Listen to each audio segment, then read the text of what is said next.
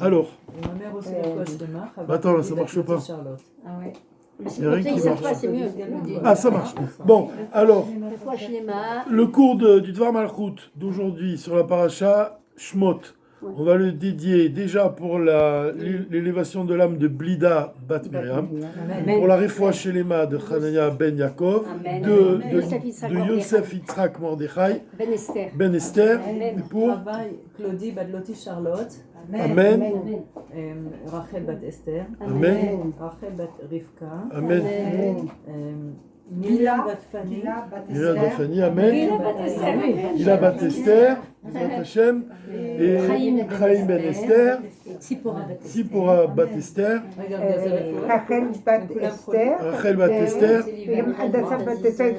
Et Adassa Bat Esther. Shoshana Bat Belina. Et ma bat Jacqueline aussi, Rebecca. Amen. Et puis tous ceux qui ont besoin de réfoua. Ima Bat Jacqueline. Amen.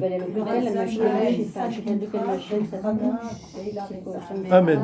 Bon, avec tout ça, Mizrat Hashem, on peut commencer. On va commencer le cours du Dvar Malchut.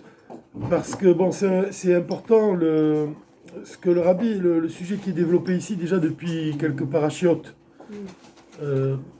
comme la semaine dernière, quand on a parlé de la paracha Vayechi, et aussi la paracha d'avant Vayigash. Donc le rabbi, il a développé un thème, et on peut trouver le lien avec, dans toutes ces parachiotes, toujours ce qui revient tout le temps jusqu'à la paracha d'aujourd'hui, c'est ce qui est lié avec le corps. Le corps, l'importance du corps, comme on le dit pendant les fêtes, dans nos prières, on dit Ata b'chartanu mikol ha'amim, tu nous as choisis parmi tous les peuples. Et quand on dit tu nous as choisis, l'Admor HaZaken il explique dans le livre du Tanya qu'il s'agit du corps, que Dieu il a choisi le corps d'un juif. Donc le rabbi il met toujours en évidence l'importance du corps par rapport à l'âme. Bien que même l'âme, c'est Chelek Elokam Imal Mamash, bien que l'âme juive, elle est enracinée dans l'essence divine, on voit que, quand on approfondit notre étude de la Chassidoute, on voit l'importance du corps. Et ça, c'est à tel point que dans les temps futurs, l'âme, elle sera nourrie par le corps. Donc le corps, il possède un niveau supérieur. La matière inanimée, le corps, c'est une matière qui est inanimée, c'est vraiment un khatikha de gouf, bassar, c'est vraiment un morceau de chair, vraiment qui est inanimé. Et pourtant, le corps il bouge tout le temps. Non, mais le corps sans l'âme, c'est inanimé. Pour le moment, c'est le corps, il reçoit sa vitalité de l'âme, mais dans les temps futurs, ça va être le contraire. Alors la question qui est posée ici par le rabbi dans le Dvar Malchut, la première question que le rabbi il va poser, il va répondre à cette question pendant toute sa sikha. D'ailleurs, j'ai remarqué au passage que le mot sikha, il est contenu dans le mot Mashiach. Ah oui, c'est la même chose. Dans Mashiach, il y a marqué sikha. La sikha, quoi qu'il faut un ré à la fin peut-être. Mais en fait, quand tu dis à Mashiach, il y a les lettres de la sikha aussi. La sikha, elle est contenue dans le Mashiach, dans le nom Mashiach. Donc dans cette sikha, le rabbi, il pose une première question et il demande, parce qu'il y a un midrash, il faut savoir déjà qu'il y a un midrash qui dit que les noms des enfants d'Israël, ils sont liés avec la délivrance. Le fait de citer les noms des enfants d'Israël, au début de la paracha, le midrash, il vient nous enseigner que c'est au nom de la délivrance qu'ils sont cités. Donc le rabbi il pose une question très simple. Il demande comment c'est possible que l'entrée en Égypte soit liée avec la délivrance. Parce qu'en réalité, il faut attendre la paracha Bo pour qu'il s'agisse vraiment, de manière effective, concrète, de la délivrance. Pourquoi dans la paracha Shmot, qui décrit l'entrée des enfants d'Israël en Égypte, il est question de la délivrance? Déjà, dès les premiers versets de cette paracha, qu'est-ce qu'il y a écrit? Il dit, voici le nom des enfants d'Israël qui sont entrés en Égypte, et le Midrash, il nous dit, ils sont cités au nom de la délivrance. Donc, l'entrée en Égypte, c'est le contraire de la délivrance, puisqu'on entre en exil. Alors à cette question, le rabbi il va répondre, il va nous expliquer En quoi consiste en réalité, quel est le sens profond de l'entrée des enfants d'Israël en Égypte? On peut se rappeler juste la paracha précédente, quand on a expliqué que les plus belles années de la vie de Yaakov, elles sont précisément en Égypte. Donc c'est lié avec ça. C'est-à-dire, comment c'est possible que les plus belles années de Yaakov elles soient précisément dans un endroit qui désigne les limites, Metzarim, qui désigne l'étroitesse, qui désigne l'exil. Et comment c'est possible que Yaakov vit les plus belles années de sa vie en Égypte? Donc c'est un élément de réponse déjà. On peut voir déjà que derrière ce que nous apprend la Torah au sujet des jours de la vie de Yaakov, on voit que l'Égypte, elle a un niveau finalement supérieur. Il ne va pas demander à son fils qu'il prépare les yeshivot. Voilà. Oui, ça c'est vrai qu'il a demandé à son fils de préparer des yeshivot. Et c'est ça, c'est pour ça que les plus belles années de sa vie, elles sont en Égypte. Parce que c'est à partir du moment où on établit des yeshivot dans l'exil, alors on parvient à la délivrance.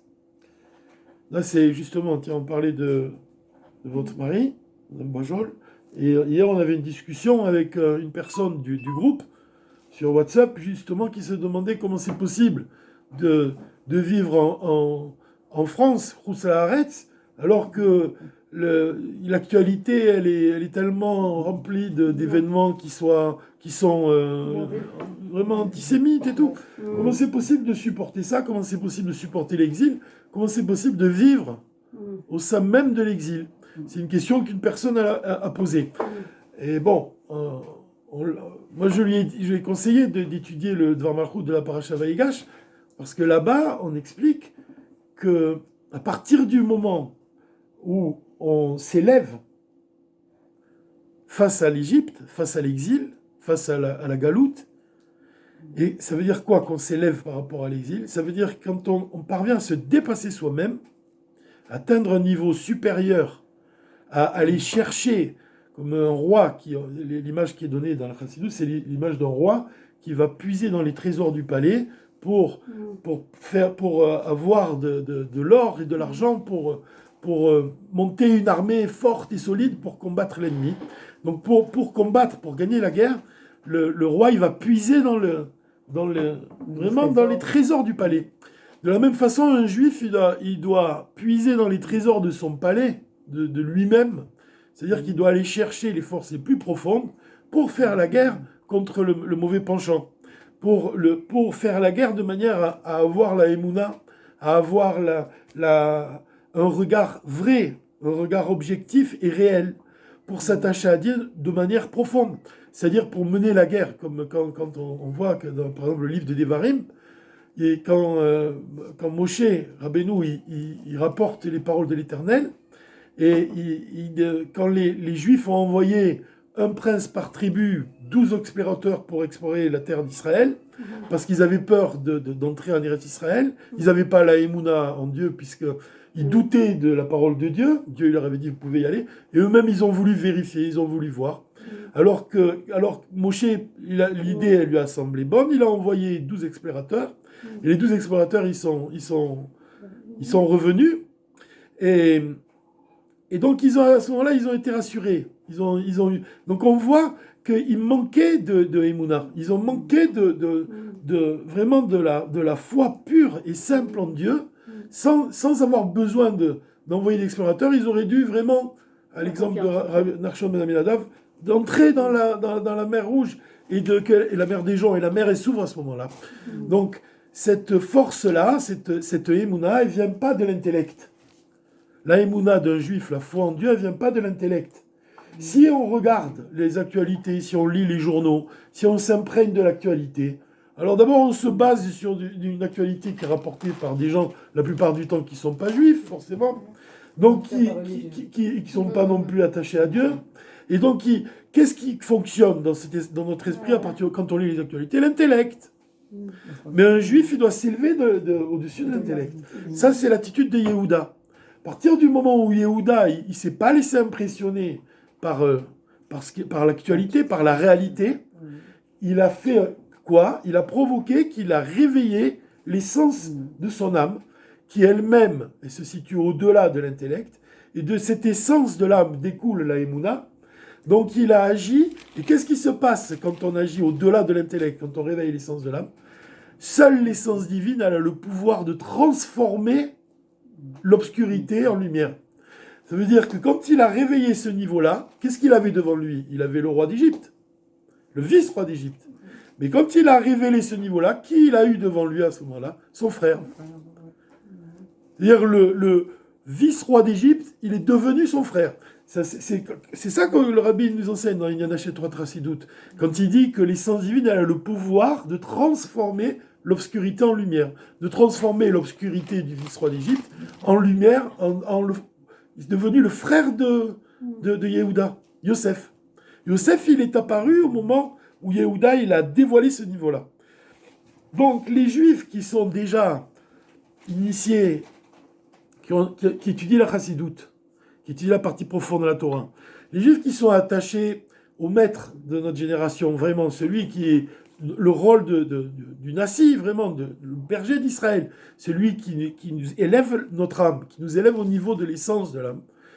Ceux-là, ils ont une émouna plus profonde en Dieu. Donc ceux-là, ils ont un regard sur le réel qui est différent. Ils n'ont pas la même perception. Ils ne voient pas les mêmes choses. Ils voient la profondeur des choses. Ils voient la profondeur de ce monde et ils voient la profondeur de chaque personne même. Ils voient la profondeur de chaque juif. Ils ne s'attachent pas à l'aspect superficiel extérieur. Et donc ces gens-là, ils ont l'avantage. Ceux-là, ils sont à l'image de Yehuda. Et Yehuda, c'est quoi? C'est le Yehudi. Un juif, il doit avoir ce niveau-là de Yehudi. Yehudi, c'est aussi Yehuda, c'est quoi? C'est la chaîne Oda. Modéani, je reconnais. D'abord, je reconnais. C'est même pas je reconnais. Dieu, je reconnais. Modéani. Ani, je, ça vient après. Modé, d'abord, je. Dieu, il m'apparaît en premier. Ensuite, mon existence, je commence à exister parce que je reconnais l'existence de Dieu. Ça, c'est un principe qui est important. C'est-à-dire qu'il y a des personnes qui existent, que Dieu préserve, sans reconnaître Dieu. Donc, ça veut dire c'est eux en premier. Ce qui est important pour eux, c'est leur vie, ce qu'ils vivent, ce qu'ils ressentent. Mais quand on est vraiment un Yehudi, d'abord, on reconnaît l'existence de Dieu et on comprend que notre existence, elle en découle. On reconnaît et on remercie aussi. Modé, c'est aussi remercier. C'est remercier, bien sûr. Ouais, donc, c'est pour tout ce qu'on a, bien sûr, pour tout ce qu'on a, à commencer par le fait qu'il nous restitue notre âme dès le lever. Mais là-dessus, le rabbi nous enseigne, c'est ça le point le plus essentiel, il nous dit, on ne remercie pas Dieu de nous donner, de nous rendre notre âme. Parce que si je remercie Dieu de me rendre mon âme, ça veut dire que je remercie Dieu d'être en vie. Non, c'est pas ça un juif. Un juif, il remercie Dieu de lui avoir donné une âme juive, de lui avoir donné une âme qui lui permet de percevoir le divin. Et c'est ça, on remercie Dieu de ne pas avoir une vie dénuée de sens. Non, au contraire. Alors quand on parvient à avoir cette vision-là, alors on a un regard sur l'Égypte qui est différent. C'est-à-dire qu'il y en a certains qui vont vivre dans l'Égypte et qui vont subir les limites de l'exil, mais il y en a d'autres qui vont se servir de ces limites-là pour parvenir à un niveau supérieur. Ça veut dire que celui... Ça n'a aucun sens que Hachem nous ait mis en Égypte pendant aussi longtemps si on bien sûr, pas pour bien sûr. Alors, se préparer à Arsinaï. Bien sûr, et c'est pour ça même qu'on dit que c'est la même chose quand il est question de la destruction du temple. Quand on étudie la Chassidoute, la partie profonde de la Torah, l'essence de la Torah, on apprend que le temple, il a été détruit dans le but d'être reconstruit. Ça veut dire que le temple, ce qu'on voit quand on voit le jour de Tisha B'Av, finalement, c'est le début de la reconstruction du temple. Donc, de la même manière ici, vous voyez que aussi bien l'Égypte, elle désigne un endroit dans lequel un homme il peut se dépasser, aussi bien le temple qui est détruit, il doit faire à notre esprit germer l'idée de reconstruire le temple. Donc dans ce Dvar Malchut, le rabbi commence par nous dire, vous savez ce principe-là, quand on dit que Dieu il nous a choisis parmi tous les peuples, il a choisi le corps d'un juif. Qu'est-ce que ça veut dire qu'il a choisi le corps d'un juif? Ça veut dire un des sens qu'on peut donner, une réponse qu'on peut donner. Qu'est-ce que ça veut dire pourquoi il a choisi le corps? Begouf, dans le corps matériel. Dieu, il choisit le corps matériel d'un juif. Pourquoi? Une des réponses, c'est que Dieu, il désire qu'on accomplisse ses commandements avec le corps. C'est avec le corps. Alors, l'exemple qu'on peut donner, c'est pas un exemple que donne le rabbi, mais c'est peut-être un exemple qui convient, c'est celui d'Abraham. Abraham Avinu, qu'est-ce qu'il fait? Il s'est jeté dans le feu. D'accord?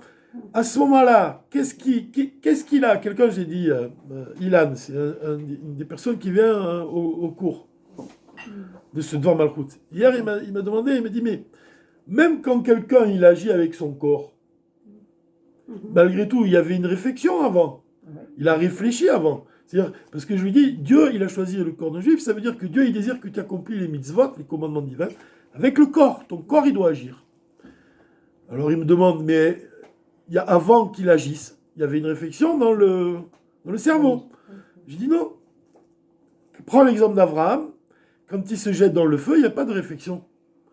Parce que si tu réfléchis, tu dis jamais tu te jettes, parce que tu vas te brûler.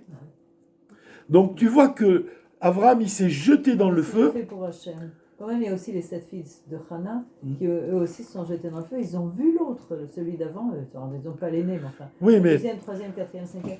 Ils ont vu l'autre. Mais ils l'ont fait par Emouna et par amour d'Hachem. Mais oui, mais qu'est-ce que ça veut dire agir par Emouna? La Emouna, on l'a dit tout à l'heure, c'est au-delà de l'intellect. Oui. Donc c'est pas l'intellect. Ça veut dire que un juif, l'impulsion qu'il a, qui va comme l'Ech Lecha, comme Abraham, il quitte la maison de son père. C'est quoi la maison de son père? C'est l'intellect. Il quitte l'intellect. Son corps lui-même, avec son âme, et quitte la raison et l'intellect pour accomplir la volonté de Dieu. Donc on voit que ici, c'est ça qui est mis en cause. Ça veut dire le corps lui-même, c'est lui qui agit. Et qu'est-ce que ça sous-entend? Que le corps, il agit au-delà même de l'intellect. Ça sous-entend quoi? Ça sous-entend que à ce moment-là se révèle la force qu'il y a dans le corps et qu'il n'y a pas dans l'âme. Il y a une force dans le corps qui n'existe pas dans l'âme.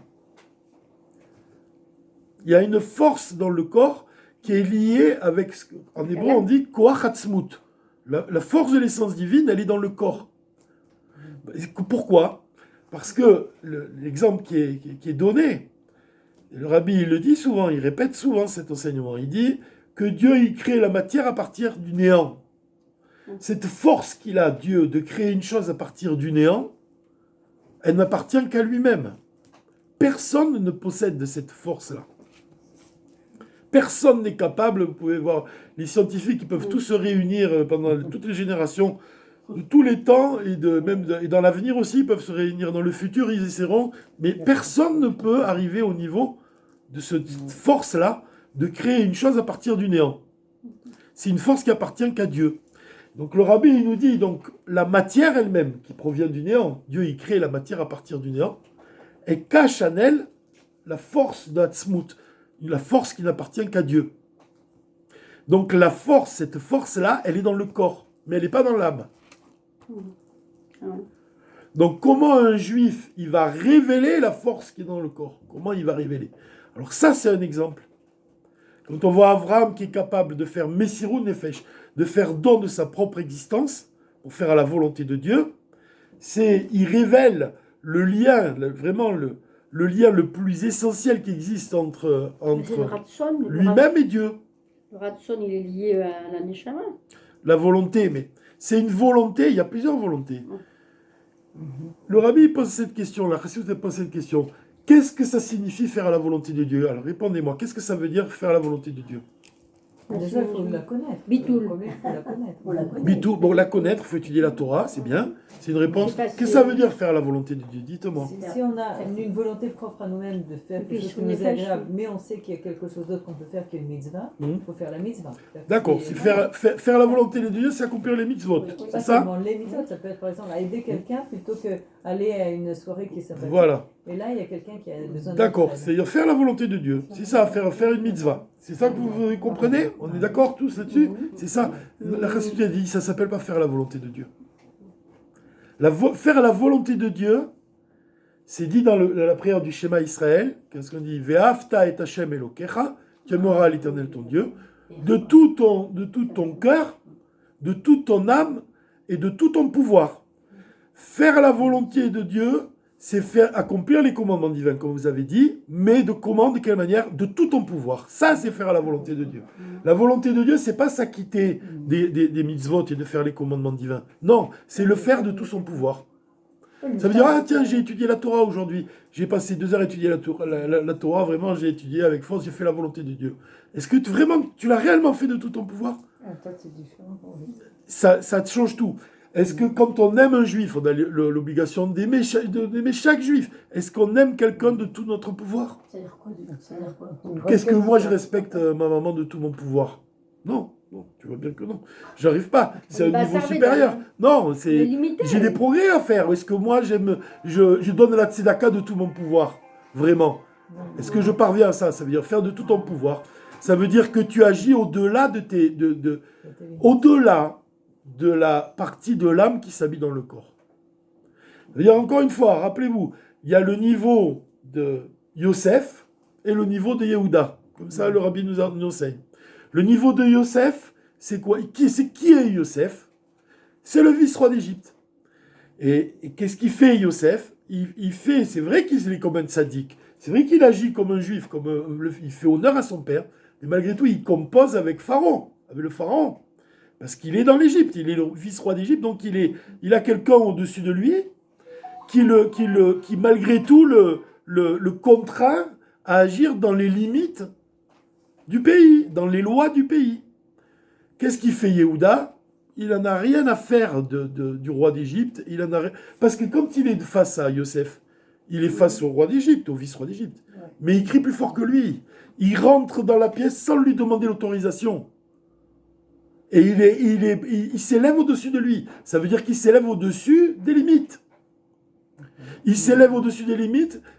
Ça correspond à quoi dans l'âme? Ça veut dire il dévoile la partie de l'âme qui échappe aux limites. La partie de l'âme qui échappe aux limites, c'est l'essence de l'âme. Il dévoile la force de Messirou Nefesh qui découle de l'essence de l'âme. Donc un juif qui aime l'Éternel de tout son pouvoir, c'est celui qui parvient à éveiller en lui les forces les plus profondes quand il s'agit d'accomplir les commandements divins. Hein? Quand tu vois par exemple le rabbi, quand il envoie ses shluchim dans le monde, elle me disait, tiens, il n'y a pas longtemps, elle me disait qu'il a laissé sur son bureau tous les livres avec tous les shluchim, il disait que c'était la chose qui était la plus précieuse à ses yeux, c'était les livres avec tous ces shluchim qui étaient là, posés sur son bureau. Et donc tu vois que quand il réalise, il accomplit la mitzvah d'Avat Israël, mais au-delà des limites. Il ne se limite pas à aimer les juifs qui sont dans le 770. Il va briser les limites et il va aller toucher des juifs qui sont en dehors, celui qui se trouve le plus à l'extérieur, celui qui se le trouve à un endroit le plus éloigné, celui qui est le plus éloigné même, celui qui est le plus extérieur à la Torah et au commandement. Ça y va, hein, ça y va bien, hein, ça marche bien, la vérité, ça marche bien. Donc, maintenant, il y a un point qu'il faut qu'on soulève ici. C'est que vous savez, la Chassidoute, elle nous enseigne, elle nous dit que l'âme, elle n'a pas besoin d'être réparée. L'âme divine, elle n'a pas besoin d'être réparée. On est d'accord? Pourquoi? Parce que c'est Chelek Elokam Imal Mamash. L'âme divine, c'est une parcelle véritable de divinité d'en haut. Comme tout le livre du Tanya, il commence avec ça. Donc, notre travail pour nous préparer à la délivrance à la Géoula, c'est pas de réparer l'âme. Elle n'a pas besoin d'être réparée. C'est de quoi? C'est de purifier le corps. D'accord. Il y a 2 manières de purifier le corps. Et ça, c'est le point qui est vraiment la charnière entre le Dvar Malchut de la semaine dernière, Parasha Vayechi, et notre Parasha Shemot. Il y a 2 manières de purifier le corps. Ou bien on fait intervenir l'âme, on va se servir de l'âme pour purifier le corps, ou bien le corps lui-même, par le travail du corps lui-même, on va parvenir à le purifier. C'est quel travail physique? Physique, comme on a dit. Par l'action, vraiment, c'est essentiellement au moyen de l'action. Essentiellement au moyen de l'action, c'est-à-dire que notre corps, il doit s'engager dans le service divin et on doit vraiment travailler l'âme dans le corps. Mais c'est le moyen de purifier le corps. Alors, c'est cette idée-là. Comme on l'a dit, c'est quoi? C'est quoi purifier le corps au moyen du corps? C'est de quelle manière qu'on parvient à purifier le corps au moyen du corps? En accomplissant les mitzvot. Bon, c'est sûr que c'est en accomplissant les commandements divins, mais de manière concrète. Vraiment concrète. C'est-à-dire avec le corps. Ça veut dire pas se limiter à l'étude. Déjà, tu peux dire de ça. Ça paraît assez simple. Tu te limites pas seulement à l'étude de la Torah, mais l'acte concret, il est important. Comme le rabbi il répète souvent ce principe de la Torah, l'acte est essentiel. À Ikar ou à Maasé. L'action. L'action concrète. C'est-à-dire l'importance d'agir. L'importance d'étudier la Torah dans le but d'accomplir une mitzvah. Comme c'est écrit, grande est l'action, grande est l'étude qui mène à l'action. Cette l'étude, elle est grande à partir du moment où elle aboutit à un acte. Donc ça, on voit que Le travail du corps, alors c'est mettre les tefilines, c'est... toutes les mitzvot qui sont accomplies, on doit les accomplir au moyen du corps. Même le fait de marcher comme on dit, le rabbi Al-Morem Saïd dit, le fait de marcher, c'est déjà, et de dire des mots de Torah même. Tu purifies l'espace. Non, mais la notion même de marcher, même sans rien faire, même sans rien dire. De marcher, puisque l'essence l'âme, elle réside autour de nous. Elle réside dans les Arba Amot.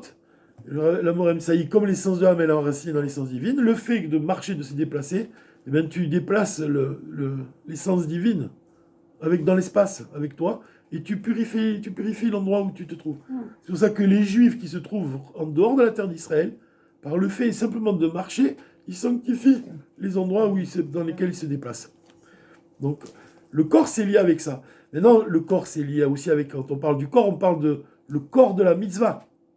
C'est-à-dire que chaque mitzvah, elle a une âme et un corps. L'âme, c'est l'intention, et le corps, c'est l'action concrète.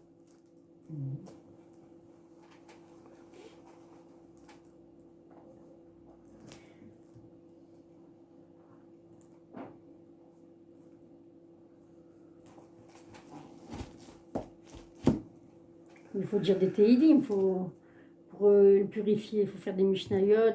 Mais c'est comme je viens de dire, même le fait de marcher, c'est sans rien dire.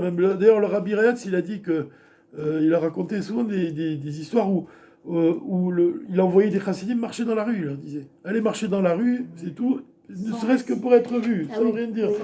Et que quelqu'un les a vus, les voyait justement, rien que de les voir, de voir un chassid, un fait teshuva, rien que de l'image même qui peut donner. Et puis même quand on étudie le Tanya, à un moment donné dans le Tanya, il y a écrit on apprend d'un tzaddik même quand il parle pas.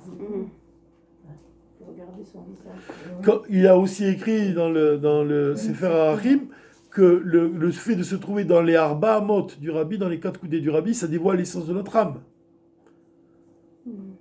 Même s'il y a le silence. Donc tu as choisi le corps d'un juif.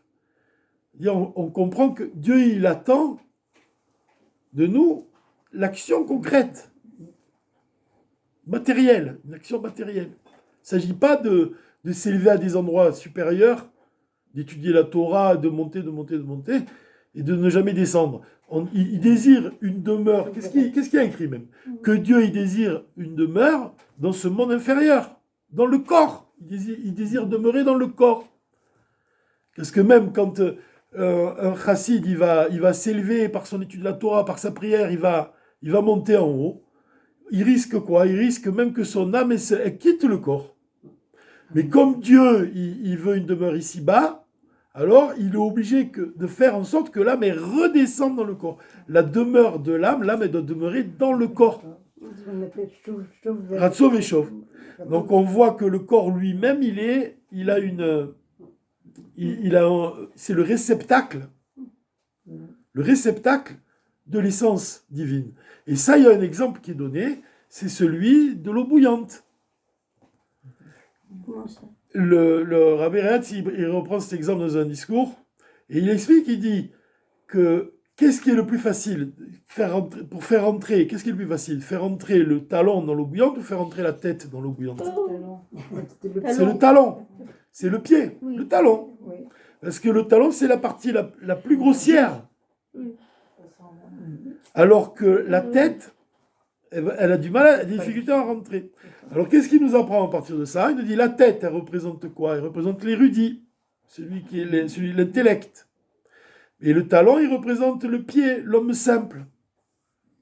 Eh bien, on apprend qu'un homme érudit, il a plus de difficultés à faire don de sa propre vie qu'un homme simple. Parce que lui, son intellect, il entre en jeu. Donc, il a du mal à entrer dans l'eau bouillante. L'eau bouillante, ça représente le fait de faire don de sa vie, comme Abraham, il se jette dans le feu. Donc, on voit que l'érudit, il va avoir du mal à faire don de sa propre existence. Alors que l'homme simple, il va y arriver avec plus de facilité. Donc, de là, on apprend que le pied, lui-même, c'est le réceptacle de l'essence de l'âme. Et d'ailleurs, tu vois bien, le corps lui-même, c'est ça, le pied représente le corps, le talon il représente la partie. Voilà, c'est lié avec ça aussi. Que le Ekev, c'est la partie la plus grossière, le talon, c'est la partie la plus grossière du corps. Et c'est précisément le corps lui-même qui est un réceptacle, le pied lui-même qui est un réceptacle de l'essence de l'âme. Alors maintenant, on peut... La Brit Mila aussi, c'est... C'est quoi le Brit Mila? C'est faire pénétrer l'alliance de Dieu dans la chair, de le graver dans la chair. De là, tu vois aussi l'importance du corps. Oui, c'est ça. Et même quand tu vois que Dieu il va graver ses 10 commandements dans la pierre, ça fait penser à quoi d'ailleurs le fait qu'il grave ses 10 commandements dans la pierre? C'est même le nom de Yaakov. Yud, c'est la Chochma. Et la pierre, c'est le talon, Ekev, Yaakov, Yud, Ekev, Yaakov. C'est l'union entre l'esprit et la matière. Mais tu vois l'importance de la matière. À quel point c'est important. Et nous, dans notre action concrète, qu'est-ce qu'il dit dans le discours chassidique, Va'atat et tsavé, tu ordonneras aux enfants d'Israël de t'apporter de l'huile d'olive pour allumer le luminaire. Et l'huile, en fait, elle représente quoi? Elle représente l'action. L'action qui vient de cette capacité de faire don de notre propre vie. C'est ça qui va amener le luminaire, qui va dévoiler l'essence. Ça veut dire que Dieu, il attend le corps des enfants d'Israël, il attend les actions qui vont provoquer en lui, qui vont éveiller chez lui le désir de donner le Mashiach. C'est ça, l'action, le corps, il représente l'huile. C'est pas l'essence de l'âme, évidemment, c'est ça,